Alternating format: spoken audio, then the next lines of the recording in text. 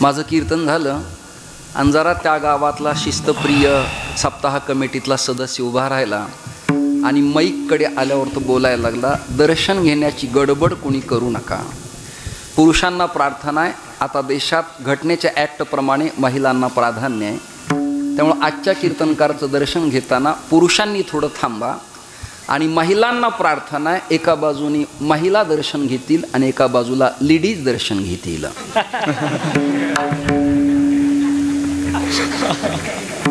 तुम्हाला दृष्टांत कळलाय.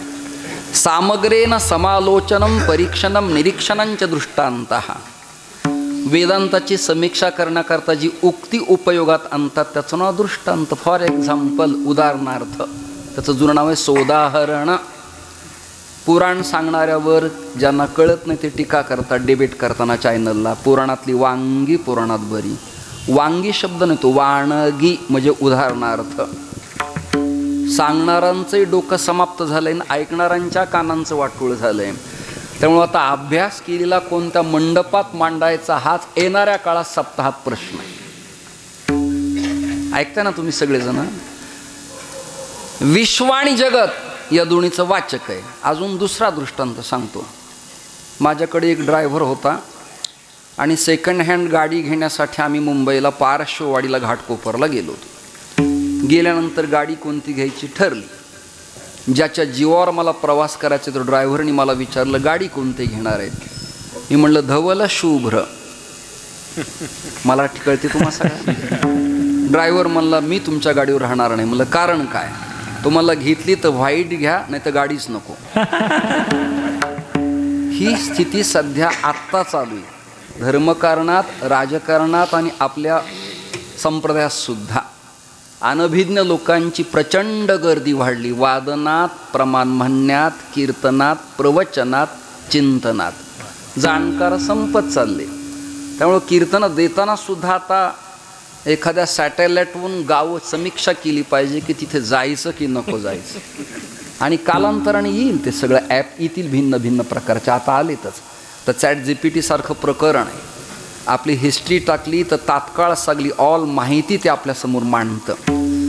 चला वेळ कमी आहे. विश्व आणि जगत दोघांचं वाचक एकच आहे.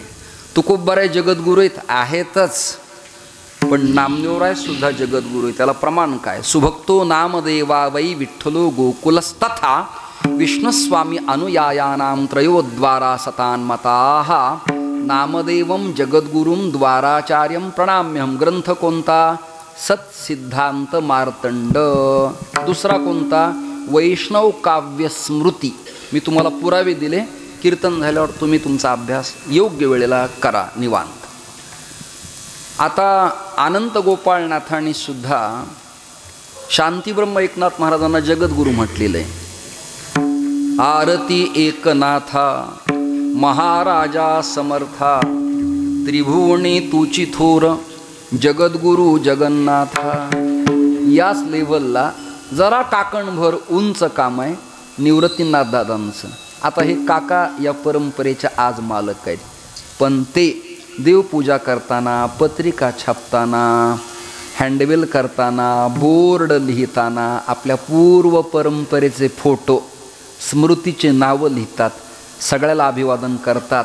मग शिरस्त्राणाला फेटा बांधतात, मुद्रा ऊर्ध्वपुंड लावतात, त्याला अभिवादन करतात आणि मग धर्ममंडपात येतात. पूर्वासुरींना मानावं लागतं. म्हणून ज्ञानोबाराय, नामदेवराय, गोरोबा काका, सावता महाराज, तुकोबारायापासून निळोबारायापर्यंत, नाथांच्यापासून ते गावोबापर्यंत आणि बौद्धल्यांच्यापासून ते थेट संत बहिणाईपर्यंत सगळ्यांनी आपापल्या पूर्व परंपरेला अभिवादन केलंच आहे. ते करायलाच पाहिजे. फक्त प्रौढी अशी नसावी की त्यांना मी मानतो अन्यांना मानत नाही. हा मात्र शुद्ध मूर्खपणा आहे.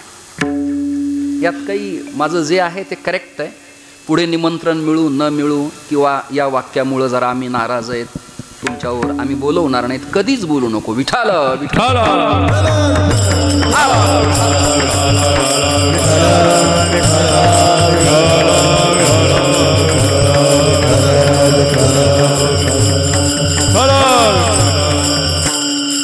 निवृत्तीनाथ दादा विश्वगुरु आहेत आणि विश्वगुरूचा अधिकार हा श्रेष्ठ ज्येष्ठ पवित्र उदात्त व्यापक चिरस्थिर अखंड निर्व्याज्य तुमच्या शब्द लक्षात आले, सगळे स्वीकारलेत तुम्ही. कीर्तनात वेल क्वालिफाईड लोक आहेत, ग्रामीणे आहेत आणि अभ्यासक आहेत. एवढा अधिकार श्रीमंत निवृत्तीनाथ दादांचा. आता निवडलेल्या या चिंतनात काही शंका आहेत. उपजे ते मरे. अहो निवृत्तीनाथ दादा, तुम्ही नवीन काय सांगायला लागले? हा सृष्टीचक्राचा नियम आहे. जो आला त्याला जायचंय, जो गेलाय त्याला यायचंय. काही रस्ते वणवे आहेत आणि काही येणारा वेगळा आहे, जाणारा वेगळा आहे. महाजनः येन गतस्स पंथः. महाजन म्हणजे प्रमोदजी नाही, महाजन म्हणजे वैष्णव. या वैष्णवांचं जाणं येणं हा रस्ता स्वतंत्र आहे. तसं देवही स्वायत्त आहे. सामान्य प्रापंचिक जीवाची अडचण आहे. संतांना स्वायत्तता आहे, देवाला स्वायत्तता आहे. नाही आम्हा जन्म मरावे लागत या प्रमाणाने संत बाजूला सरकले, प्रकरण अडकले जीवांचं. माता या प्रकरणात उपजे ते मरे, मरे ते झुरे. त्या डार्विनचा एक उत्क्रांती सिद्धांत आहे. ज्यांचं ग्रॅज्युएशन आहे, पोस्ट ग्रॅज्युएशन आहे, फिलॉसॉफीत PhD करतायत, MPhil आहेत, DEd आहेत, त्यांना कळेल हे की डार्विनचा उत्क्रांतीवाद आहे. आणि डार्विनचं मत असं आहे की मृत्यूनंतर पुन्हा जन्म नाही. झालं का मत स्वच्छ लक्षात आलं तुमच्या? मला टाळ्या फेळ्या नका देऊ, पण निदान माना तरी कौल हलवा की मी सांगतोय तुम्ही स्वीकारतायत असं मला कळावं. निवळ रस्त्याच्या साईडचे किलोमीटरचे दगड नसावेत. नाही तर प्रवास 1000 किलोमीटर झाला पण दगड जाग्यावर राहायला अशी स्थिती मंडपात नसावी. डार्विनचा उत्क्रांतीवाद आहे. सांगितलं की मृत्यूनंतर पुन्हा जन्म नाही असं त्याचं मत आहे. ते मत तुम्हाला मला काही मान्य नाही.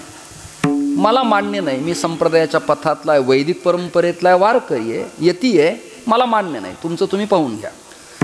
अजून एक मत आहे 4 वाकांचं. वाक म्हणजे वाणी, वाघ म्हणजे वाणी, बोलणे. तो एकाच व्यक्तीला 4 तोंड असावेत एवढ्या ताकदीनं विचार मांडतो. 4 वाक. त्याचं म्हणणं आहे यावत जीवम सुखम जीवे रणं कृत्वा घृतं पिबे भस्मीभूतस्य देहस्य पुनरागमनं कुतः. त्याचं म्हणणं आहे मेला, सावडला, राख झाली, दशक्रिया, पिंडप्रदान, उत्तरक्रिया कर्म, त्याची उदक शांत झाली, आता त्याचं काही शिल्लक राहिलेलं नाही. हे मत 4 वाकाचं आहे. आणि 4 वाक नास्तिकांच्या यादीतले नाहीत बरं का. तुम्ही पंढरीत अभ्यास करणारे लोक आहेत. 4 वाकाचं एक मत आहे, तो नास्तिक नाही. नास्तिक कोण आहे? नास्तिको वेद निंदकाहा. बुवाय, गुपीचंदन लावतो, कंबर बांधतो, भजन चांगला करतो, पण वेदाची कीर्तनात टीका करतो त्या अवलादी बदमाश. विठाला विठाला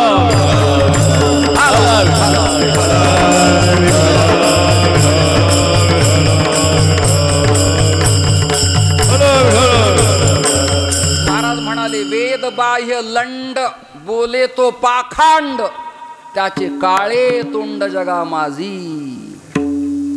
वेदानुमोदित पथाला कोणी जर तडा दिला तर तो आपला बुवा असला तरी त्याचं निमंत्रण स्वीकारू नये, त्याच्या चर्चेला जाऊ नये, डिबेटला बसू नये, त्याच्या ग्रंथ प्रकाशनाला अभिप्राय लिहू नये. का? तो दिसतो वैष्णव पण वागतो विकृत. 4 वाकाचं मत मांडलं, डार्विनचं मत मांडलं. आता घरातल्या घरात मत तपासायची वेळ आलेली आहे. नेत्यांच्या प्रचाराच्या कालखंडात भावकीतलेच लोक त्याला मतदान करत नाहीत. अजून सोपं सांगू का? त्याच्या गाडीत त्याचा प्रचार करून त्याच्या खर्चानं जेवणारे सुद्धा त्याला फुली टाकत नाहीत. नाही कळलं तुम्हाला? आपण घात करू, आपल्याबरोबर राहणारा आपलाच कधी आपले रेकॉर्डिंग करून व्हायरल करील याबद्दल येणारा काळ साशंक आहे. साशंक आहे. वृद्धोपकाळात आपला चेहरा प्रतिबिंबाणी आरशात पाहायला की आपल्यालाच नको वाटतो, तसं आपलेच आपल्याला येणाऱ्या काळात घातक ठरू शकतात यातील मात्र शंका नाही. सज्जन हो, चिंतनीय भूमिका अशी आहे. मग ज्ञानोबाराय घरातले 2 नाते सांगतो. विठ्ठलपंतांचे पुत्र आहेत, दादांचे बंधू आहेत. हे घरातलं नातं झालं ब्लडचं. पण आध्यात्मिक नातं असं नाथपंथ परंपरेचं आदिनाथं गुरुं वंदे, म्हणजे आदिनाथ, उमानाथ, मत्स्येंद्र, गोरक्ष, गहेणी, श्रीमन्निवृत्तीनाथ आणि शिष्य ज्ञानोबराय. म्हणजे आता इथं ब्लडचं नातं नाही, रक्ताचं नातं नाही, जाती नाही, वर्ण नाही, प्रांत नाही, आता व्यापक नातं झालं गुरु शिष्याचं. म्हणून घरातलंही नातं सांभाळताना दोघाचं मत एकच, ऐका. आणि गुरु शिष्य परंपरेचा अनुग्रह आणि तत्वज्ञानाचं नातं सुद्धा एकच. पुरावा देतो. उपजेते नासिले ते पुनरपी हे घटिका यंत्र जैसे परिभ्रमेगा. ज्ञानोबरायांचं मत ज्ञानेश्वरीतलं. आपल्याकडं ज्ञानोबराय इथं प्रामाण्य आहेत. तस्मात शास्त्र प्रमाणनते तर माऊली मांडायचे. आता माऊलीने सांगितलं उपजेते नासे नासिले ते पुनरपी दिसे हे घटिका यंत्र जैसे परिभ्रमेगा. याचा अर्थ असा आहे, जे उदयाला आलं ते नाश पावणार आहे, जे नाश पावलं ते उदयाला येणार आहे. आज सूर्यास्त झाला की सकाळी पुन्हाच त्याचा उदय होणार आहे. आता चंद्र उदय झाला की ब्राह्ममुहूर्ताच्या पहाटच्या प्रसंगाला त्याचा पुन्हा अस्त ठरलेलाच आहे. एखादा कीर्तनकार फारच नावरूपाला आला, उदयाला आला की त्याने त्याच दिवशी ठरवलं पाहिजे की आस्ताचा काळ आपला जवळ आला. नाही कळलं तुम्हाला? फार अधिक तीव्र गतीनं वाढणारं नाव किंवा प्रचंड व्होल्टेज आल्यावर टंगस्टन धातूची तार वितळते. Bulb lamp, mercury sodium vapour lamp किंवा या ट्यूबमध्ये जी फ्लोरोसेंट पावडर आहे आणि सजातीय विजातीय ध्रुवाला जे फिलॅमेंट आहेत ते जळून जातात. का? तीव्र गतीनं सप्लाय आल्यामुळं त्याला तो सहन करता येत नाही. तसं या प्रसिद्धीच्या चढ उतारात अधिक झालेलं नाव हेडला सहन होत नाही. हर्षवायू होतो आणि त्याची टंगस्टन धातूची तार वितळते. म्हणजे काय होतो? तो मरतो. मराठी सांगतो तुम्हाला मी. उपजेते नासिले ते पुनरपी दिसे हे घटिका यंत्र जैसे परिभ्रमेगा. आता ऐका, गुरु शिष्य नात्यानंही तत्वज्ञान एकच आणि बंधू आणि थोरले बंधू या नात्याने सुद्धा तत्वज्ञान एकच. आपल्या घरात एक मत नाही, आपल्या मठात एक मत नाही, आपल्या दिंडीत एक मत नाही. म्हणून तर दरडाने लोकमत काढला. लोकमत, पुन्हा बीडला लोक प्रश्न निघाला. असे भिन्न भिन्न प्रश्न आहेत. मत ऐक्य होत नाही. माझं असं म्हणणं आहे, संप्रदायाची फळं, मठ, मंदिरं, गड, संस्था, अध्ययनं, अध्यापन वेगळं असू द्या, पण सिद्धांत सगळ्यांचा तात्विक वेदांताचा एक असला पाहिजे. मी बीडचा आहे आणि तुम्ही आता इंदापुरातले म्हणून तुमच्याकडं बे दोन्ही तीन आहे, असं काही आहे का? आणि आम्ही बीडचे आहेत म्हणून आमचं जरा बे दोन्ही चार आहे. पायथागोरसचा सिद्धांत आणि गणिताची बैठक अबाधितच आहे ना. तसं पंढरपुरातला वाजवणारा काय आणि अजून एखाद्या शास्त्रीय संगीतात वाजवणारा काय? घिडन ग धीर कीटन तीर कीट ही अक्षरं तेच आहेत, फक्त लयकारीत फरक आहे.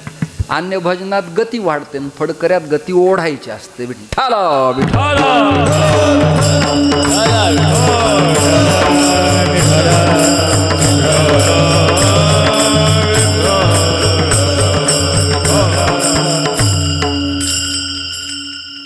शंकराचार्य म्हणाले पुनरपी जननम पुनरपी मरणम. म्हणजे आद्य शंकराचार्याचं मत सुद्धा हेच आहे. भारतातल्या अर्वाचीन महापुरुषांचं, भारतीय तत्वज्ञानातल्या रसज्ञ सारस्वतांचं मत असे, जे जे आले ते जाणार आहेत आणि जे गेले ते परत येणार आहेत. निवृत्तींना दादांनी तेच लिहिलं, उपजे ते मारे म्हणा, उपजे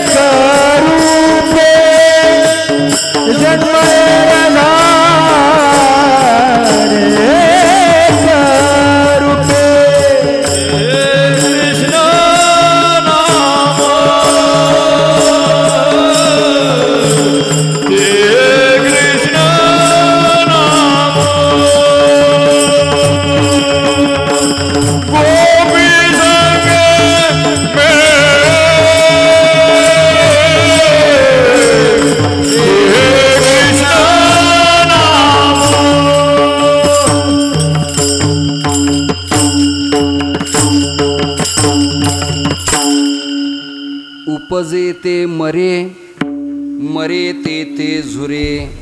उपजे ते मरे हे डेफिनेटली पक्क तुम्हाला मला कळलं ना सगळ्यांना. पण उपजे ते मरे यानंतर मरे ते झुरे इथे अडचण आहे. मरे ते झुरे हे कसं शक्य आहे? मेला की तो पुन्हा झुरायचं काय प्रकरण शिल्लक राहिलं त्याला. आता झुरण्याबद्दल 2 प्रकरणं सांगतो. तुम्हाला सहन झाले तर स्वीकारा, नाही झाले तर मंडपात विचार समर्पित करा आणि घरातून कोरे आलात तसे पुन्हा परत जा. झुरणं काय प्रकरण आहे ते सांगतो मी तुम्हाला. मी एका घरी कीर्तन झाल्यावर मला काकांच्या ओळखीनं शिष्याकडे घेऊन गेले. त्यांच्या गेलो आम्ही. गेल्यानंतर ते म्हणाले, महाराज सगळं सुख आहे बघा, पण आमची आजी 102 वर्षाची झाली आहे, फक्त डोळे उघडेत, सिंपलाभर पाणी पित नाही. अर्धा पिला तर पुन्हा तिला चक्रा येतात, वांती होते, हाडं ठिसूळ झालेत, त्वचा सगळी चिटकली, खोल नाक गेलंय, गालाला खळी पडली आहे, ओठ वाकडे झालेत, पंजांची बोटं कशी तरी तिर्यक झालेत. देवाणीला सद्गती द्यावी. पुतण्या म्हणला, असं म्हणू नको. त्याचे वडील म्हणले, अरे असं झुरण्यापेक्षा मरण आलेलं बरं. तर झुरणे म्हणजे असह्य वेदना, त्रास, दुःख, बरोबर आहे की नाही? झुरणे शब्दाचा अर्थ सांगितला.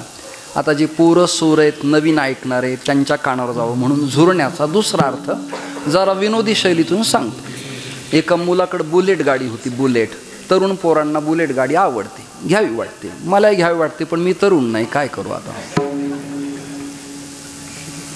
असंच नीट उभा राहता येत नाही तर बुलेट झेपणं सोपं नाही ना.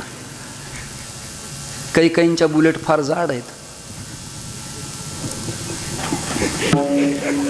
जुन्या ज्या घन स्वरूपाच्या त्या फार जाड आहेत. नवीन ज्या निघाल्यात आता जरा मॉडिफाय झालेल्या, त्यांचे वजन फार नाही. जुनी HD गाडी, जावा गाडी आणि जुनी बुलेट जाड गाडी, एकदम हरक्युलिस सायकल जाड होती, ॲटलास जाड होती.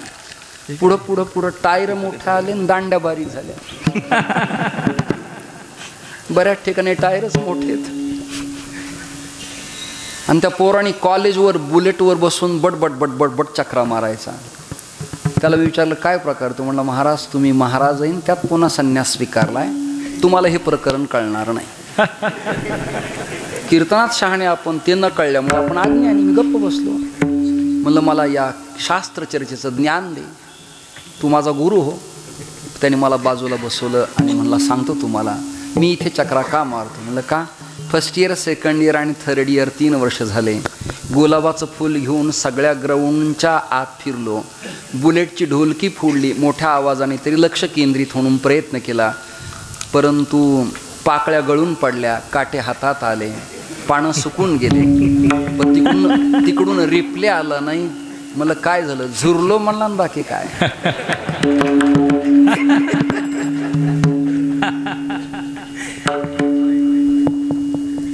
म्हणजे अप्राप्त वस्तू प्राप्त न होणे, त्याचं दुःख भोगणे, याचं नाव झुरणे. उपजे ते मरे, मरे ते झुरे. यात जीव झुरला, हे दृष्टांत टाकून द्या आपल्यासाठी. हा देह झुरला, उपजे ते मरे, मरे ते झुरे. पण त्याचं येणं जाणं म्हणजे काय? येणं जाणं म्हणजे काय? जन्म आणि मृत्यू या दोन संस्थेच्या अर्ज भरण्यात आणि अर्ज काढण्यात याचा प्रचंड वेळ गेल्यामुळे त्याला इष्ट उपास्य देवता किंवा जे ब्रह्मतत्व आहे त्याच्याशी एक रूप होता आलं नाही. मरे ते झुरे, पण जन्म एर झारे, येण्या जाण्यात काळ गेला. याला दृष्टांत सांगतो, तुमच्या तात्काळ लक्षात येईल. पूर्वी देशमुखांचे, पाटलांचे, कुलकर्ण्यांचे वाडे मोठे असायचे. पूर्वीच्या कालखंडात देवाने त्यांना संपत्ती दिली होती. जहागिऱ्या होत्या, लखोटे होते, ताम्रपट होते. त्या काळातलं गॅझिटेर असायचं, छत्रपतींच्या काळातलं, पेशव्यांच्या काळातलं, निजामांच्या काळातलं इत्यादी. आणि त्या कागदपत्राचे डॉक्युमेंट कामाला येत असायचे. आजही काही फडकऱ्यांना, संस्थानिकांना पत्र आहेत जुने. माझ्याकडे त्या विश्वनाथ बाळाजीचं 1700चं पत्र आहे, त्या काळात सांभाळून ठेवले. आता त्याचा काही फायदा नाही, पण संग्रहाला काही प्रकरणं असावेत म्हणून ठेवलं मी. तर जुन्या लोकांच्या वाड्यात घड्याळ असायचे. घड्याळ ते काही इलेक्ट्रॉनिकचे नव्हते त्या काळात, ऐकताय ना. ते त्याला चावी द्यावी लागायची आणि मग त्याप्रमाणे ते फिरत असायचं. त्यापूर्वी असं लंबक असायचं, त्याला एक पितळी किंवा त्याला स्टीलची पळी, चमचा, बरोबर आहे की नाही, असा टांगलेला असायचा. आणि तो टक टक टक टक टक टक. त्याला मी विचारलं, केवढा त्रास आहे तुला, इकडून तिकडे तिकडून इकडे. घरातले मालक म्हणले, चमच्याला असाच त्रास सहन करावा लागतो. हा दृष्टांत ज्यांना चालला नाही ते प्रसादाला येत चला, यापेक्षा मराठी मला बोलता येत नाही. असं त्याचं इकडून तिकडे, इंदापूर ते फलटण, फलटण ते बारामती, बारामती ते इंदापूर, इंदापूर ते माळशिरस, अकलूज. ही जाण्यानेच वेळ गेला. पण इप्सित, इष्ट, अपेक्षित जे पाहिजे ते मिळालं नाही. उपजे ते मरे, मरे ते झुरे, जन्म एर झारे, पण एकरूप येता आलं नाही. सगळ्यांचे प्रमाण तुमच्या पाठातले. मना किती वेळा जन्मा यावे, प्रमाण किती वेळा जन्माया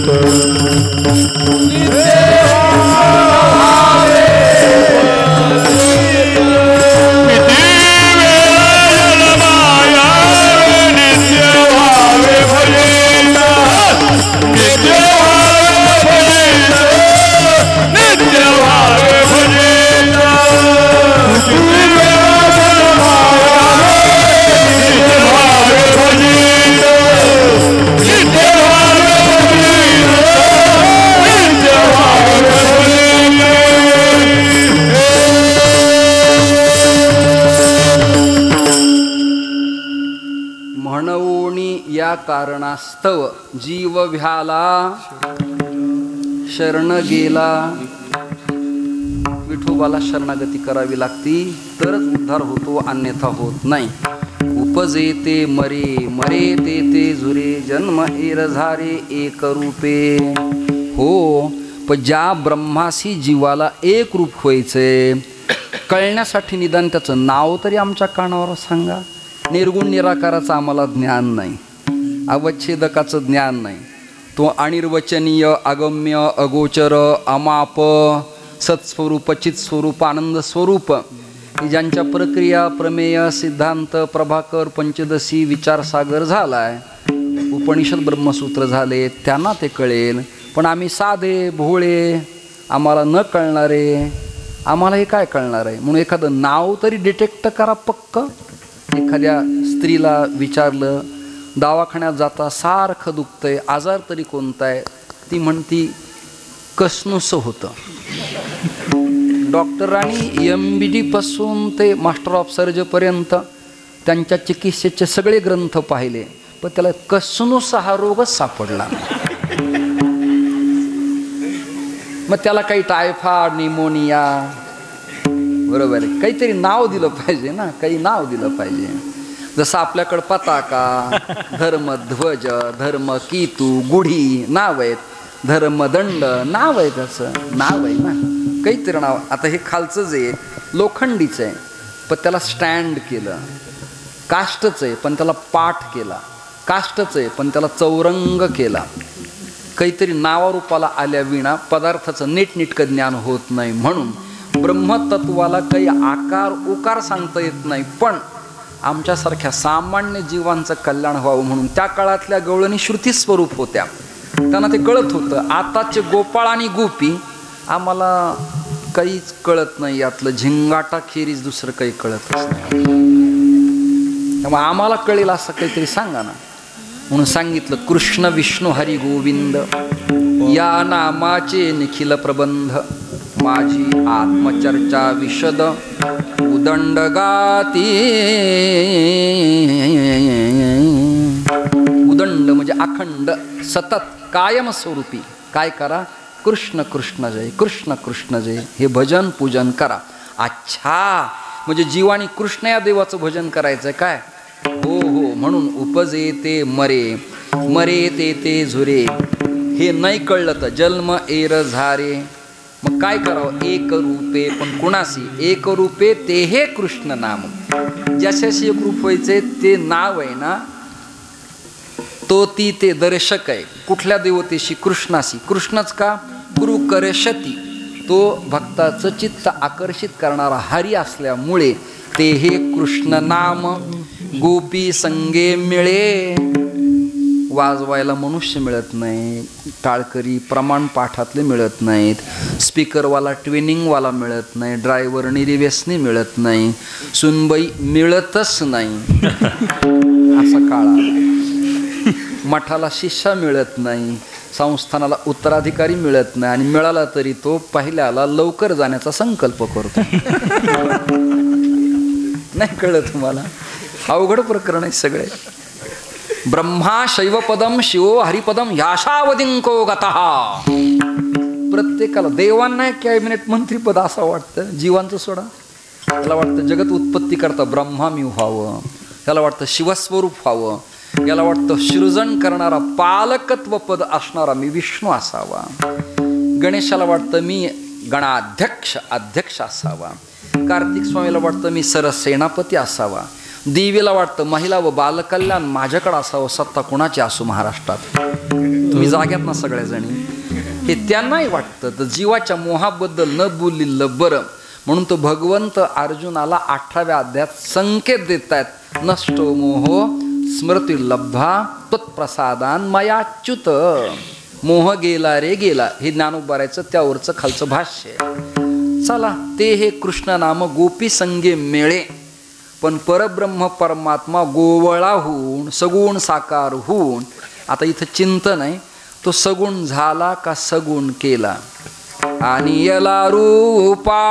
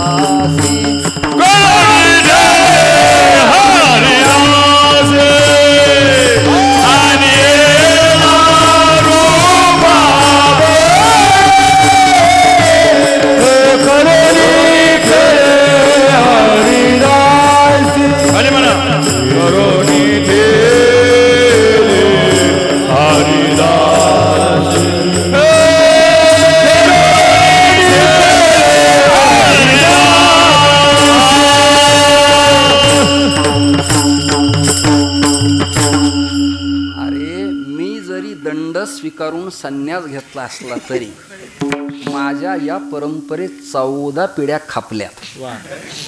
मी 15वा काकांच्या कानावर जाऊ म्हणून सांगतो.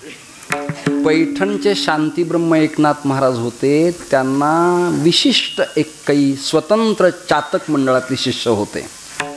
त्यात गावोबा महाराज कावसानकर, त्यांचे चिरंजीव हरिपंडित महाराज पैठणकर, अनंत ऋषी महाराज, श्रीधर स्वामी, दशपूर चास नगर जिल्ह्यातले दादा स्वामी म्हणजे नरहरी, आणि कर्नाटक राज्यातल्या बिदर गावाजवळ भालकीचे असलेले शाळीग्राम गोत्राचे हरितस ब्राह्मण कुलोत्पन्न माधव त्रिंबक शाळीग्राम पत्यांनी दंडवत घातल्यामुळं नाव पडलं दंडवत स्वामी. त्यांचा शिष्या केशव, ज्या केशवाणी नाथरायांचं 31 अध्यायाचं चंद्रकुंडाजवळ देवगिरी किल्ल्यावर चरित्र लिहिलं. आणि त्याच केशवाला माणकुजी महाराजांनी भाल प्रदेशाला बुक्का लावला. त्यांच्या वंशातला मी विठ्ठल विठ्ठल.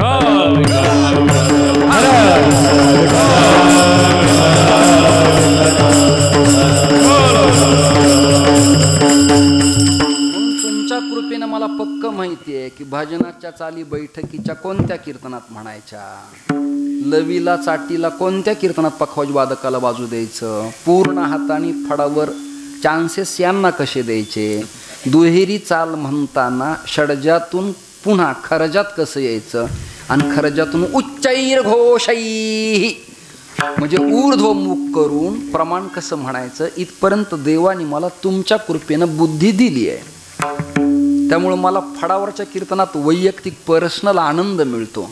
माझे याच्यामुळं होत नाहीत, काय करावं आता. पण हे पाळावं लागेल. त्याचं कारण आहे आमच्याकडं 60पर्यंत गृहस्थी संसार वयाच्या, आणि 60 नंतर त्यांनी कंपल्सरी संन्यास घ्यायचाच. भयंकर अवघड प्रकरण आहे. घरातले नाराज, पोरं नाराज, पुतणे नाराज, नातलग नाराज. पुढचं सांगतो आता. पित्र नाराज, पितृपक्ष कालयात पित्र नाराज होतात. पितर कुलदेवी नाराज होती, कुलदेवता आकृष्ट होतात.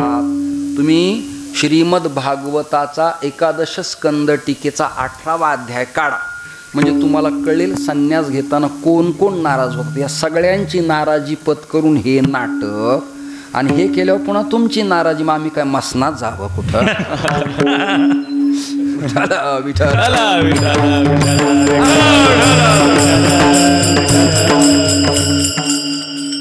हा प्रोटोकॉल आहे, हा नियम आहे. हे आपण नाही पाळलं तर बाकीचे पाळायचे नाहीत म्हणून पाळायचे.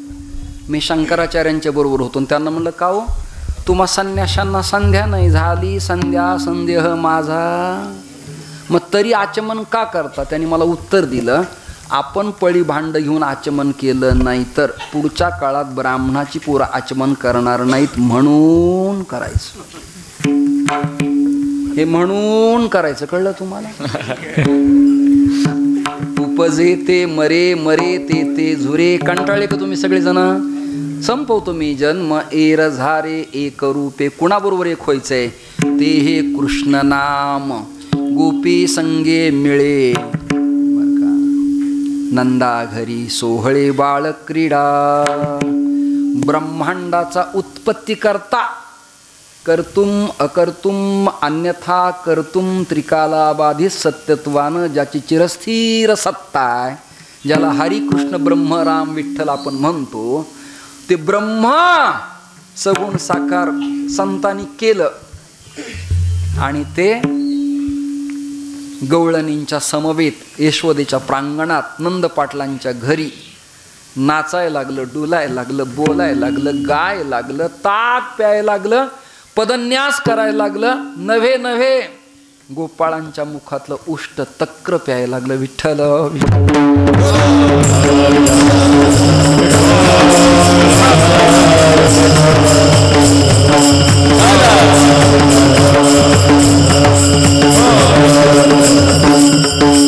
नाही तर या ईश्वराच्या प्राप्तीसाठी, याजसाठी जप, याजसाठी तप व्यासेही अमूप म्हणजे अनेक ग्रंथ केले, पण ईश्वर साक्षात्कार सचित्र होत नाही.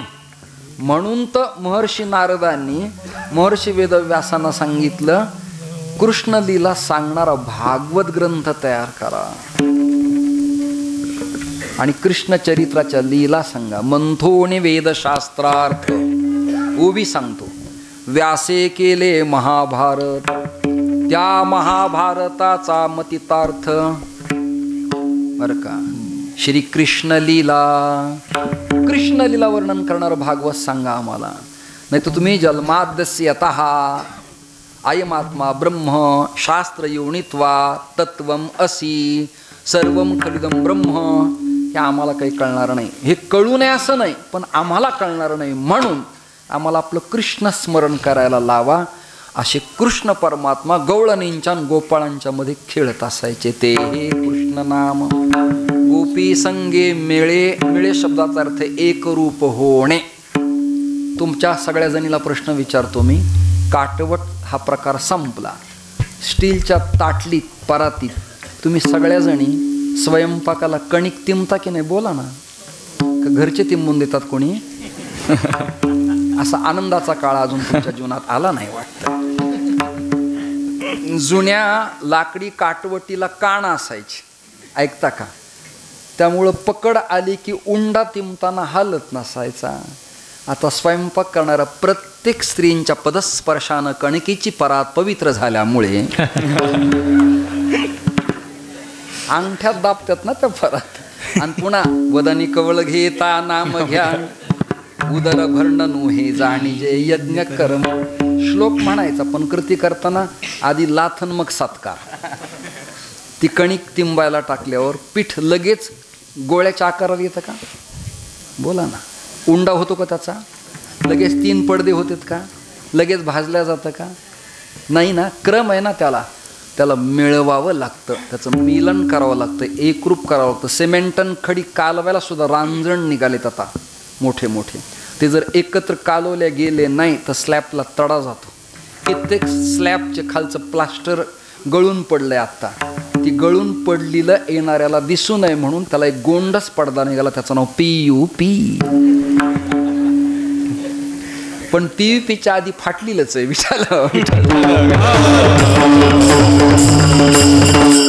तसं तुमच्या माझ्या स्लॅबलाही उत्तम कपड्याची PUP आहे, बाकी काय.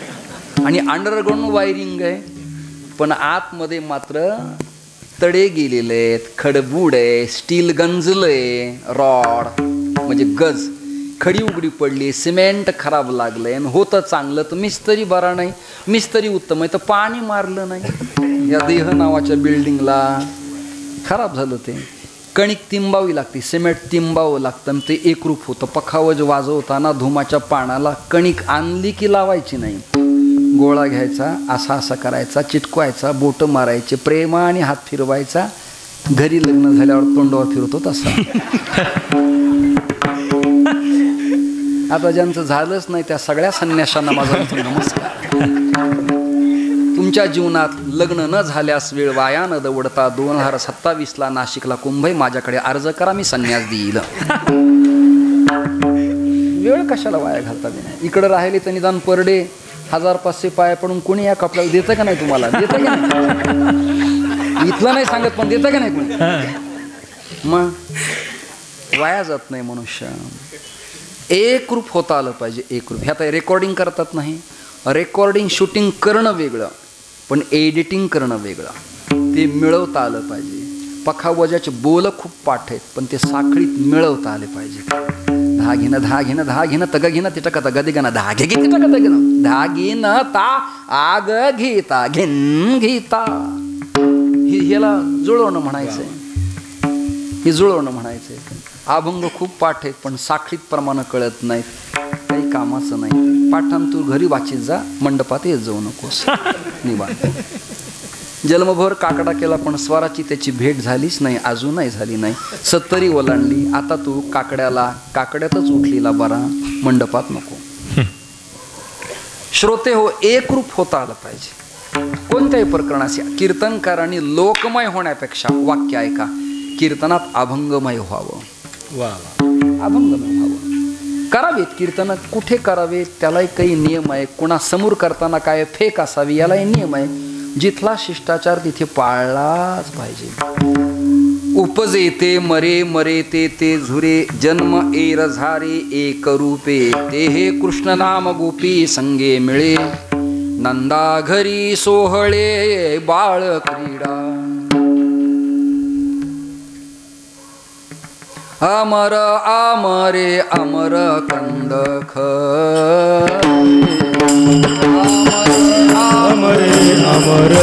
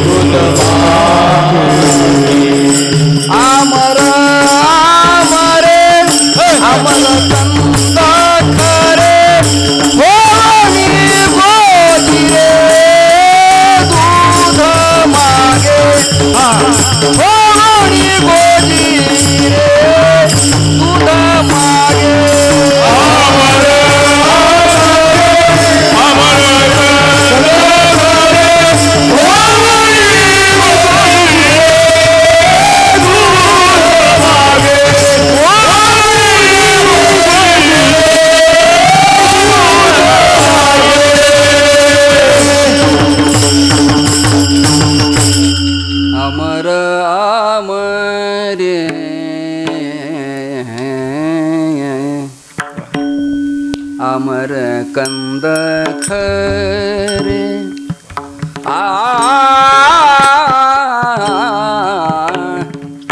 अमर अमरे. होणी गुजरे दूध मागे. हो अमर अमरे सोपं गणित आहे. अमर हे पद ईश आहे, वाचक आहे. अमर हे ब्रह्मवाचक आहे. अमर ईश्वर वाचक आहे. अमर पद देवाला असल्यामुळं सुखदुःखादी द्वंद्व जीवाला आहेत का देवाला आहेत? आहे ते तरी बोला. शीत उष्ण जीवाला आहे का देवाला आहे? उपाधी देवाला आहे का जीवाला आहे? देव कसा आहे? उपाधी वेगळे, तुम्ही निर्विकार, काहीच संसार तुम्हा नाही. ऐसे मज करुणी ठेवा नारायणा, समूळ वासना नुरवावी. म्हणजे या तत्वाला सुख नाही, दुःख नाही, शीत नाही, उष्ण नाही आणि संसाराच्या उपाधीचा संबंध नाही. हा संबंध कोणाला आहे? जीवाला आहे. मग मरण जीवाला आहे का देवाला आहे? आपल्याला मर म्हटलं कोणी तर माऊली म्हणाली, आगा मर हा बोलन सहा, मर बेट्या म्हटलं की लाज वाटती, राग येतो. हे म्हणजे राग येतो, तू मरणारच आहेस ना. मरण पक्कच आहे तुझं, मरण अटळ आहे तुझं. तू मर म्हटला तरी मरणार आहेस, नको म्हटला तरी मरणार आहेस. तू म्हटला ना मी संरक्षण मंत्र्यांचा पोतणे आहे तरी मरणारच आहे. एक जण मला म्हटलं, महाराज आपल्या काही सध्या मरणाचं अशक्य प्रकरण. म्हणलं का? माझे काका कॅबिनेट मंत्री आहेत. मला त्याचा बाप मेलाय, आजा मेलाय, पंजा मेलाय, तोही सकाळपर्यंत जाणार आहे. तुझा विचारला कशाला सांगायला लागला तू? बडे बडे आले, येथ नाही उरू आले अवतार, एरते पामर जीव किती आले आणि किती गेले. पण देवाच्या बाबतीत हा संबंध संभवत नाही. नागेश महाराज, आदरणीय काका बाळासाहेब महाराज, म्हणून त्याला नाव आहे अमर. अमरे मरतच नाही. कसा आहे परमात्मा? अमरकंद. आता झाडातल्या कंदाला महत्व आहे का आंतरसालीला महत्व आहे? तंतुमुळाला महत्व आहे का सोट मुळाला महत्व आहे की फांद्यांना महत्व आहे की बुंद्याला महत्व आहे? फुलांना महत्व आहे की फळांना महत्व आहे की पर्णाला महत्व आहे? मला सांगा. मला एक जणाला प्रार्थना केली, अरे म्हणलं मला चंदन आणून दे. चंदन आत्ता जे चंदन मिळते अष्टगंध ते ॲसिडयुक्त आहे. आता जे कुंकुम मिळतंय केमचं, रोपळ्याचं, पंढरपूरचं, तुळजापूरचं सोडून अन्य ठिकाणी ते भास्कापुरी लाल चंदन आहे. बोट कालवलं की लाल होतंय, कपाळाला लावलं की स्त्रियांच्या कपाळ हिरवे व्हायला लागले. बऱ्याच लोकांना अष्टगंधाचं इन्फेक्शन झालं. सोपं गणित आपल्याकडं. ऊर्ध्वपुंड्र जुना गोपीचंदनाचा खडा, गोळीसुद्धा नाही, जुना खडा. नाही तर मग मी लावतो ते सहानेवर उगाळायचं, लिकुरवाळा हळकुंड पाण्यात भिजवायचं, सहानेवर घासायचं आणि वरून चंदनाच्या लाकडानं घ्रष्टम घ्रष्टम पुनरपि पुन्हा चंदनम चारुगंधम. ते घट्ट श्रीखंडासारखं दिसतं म्हणून श्रीखंडनम चंदनम दिव्यम मनोहरम. सुंदर आहे ते. असं असलं पाहिजे ते लावताना. श्रोते हो, चंदनाचं मैलागिरी पर्वतातलं सुगंधी लाकूड काही फांदीला येत नाही. नीट वाक्य ऐका. ऐकता का? चंदनाच्या आंतरसालेलं नसतं आणि बाह्य बाजूलाही नसतं, बुंध्यातही नसतं. ते असतं खोडातल्या मध्यभागी कंदामध्ये, गाभ्यात. बरोबर पेन्सिलसारखं खडूच्या आकाराचं एवढंच निघतं ते.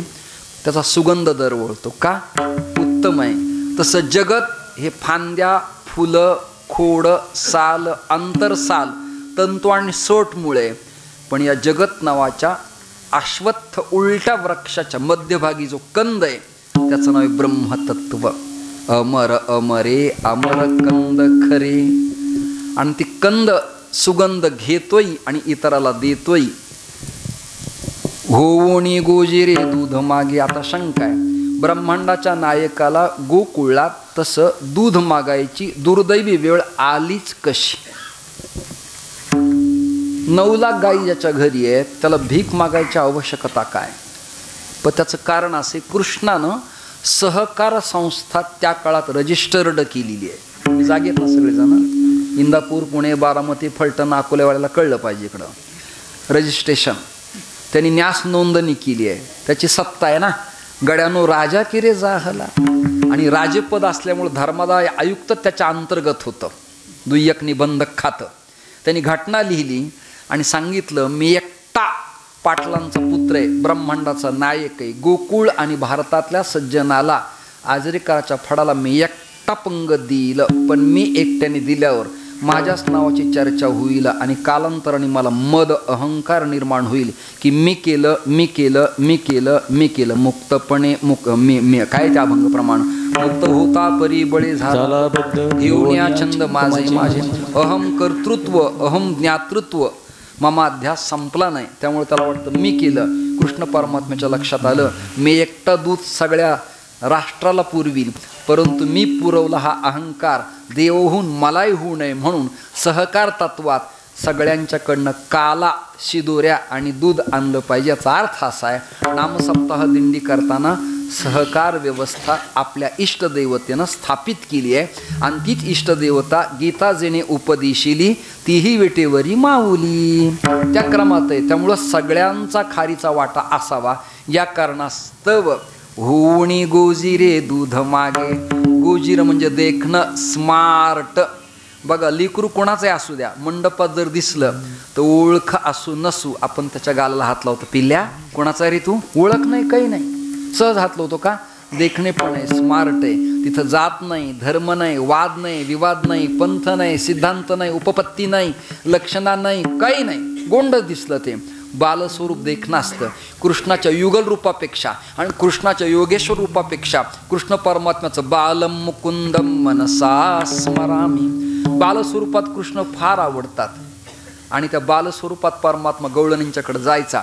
विरोधातला विरोध करणाऱ्या गवळणीला सुद्धा स्वरूप पाहिल्यावर लाज वाटायची. ती म्हणायची, लाला माझ्या घरी तू ये, गालाला हात लावायची आणि कन्हैया म्हणायचं काम झालं, लावलाय गालाला हात तर लाव माझ्या, पण माझं एक काम कर, थोडं दूध दे मला. आता इथं शंका आणि चिंतन आहे. नारद भक्तिसूत्राच्या अर्थाप्रमाणे किंवा मधुसूदन सरस्वतीच्या भक्तिरसायनशास्त्राच्या ग्रंथाप्रमाणे मग दूध मागितलं म्हणजे नेमकं काय केलं तर कृष्णानं दूध मागितलं म्हणजे प्रेम वात्सल्याचा भाव गोकुळातल्या सज्जन स्त्रियांना मागितला. ज्या बुद्धिरूपी स्त्रिया आहेत त्यांना परमात्म्यानं प्रेम वात्सल्याचा भाव मागितला म्हणजे दूध मागितलं.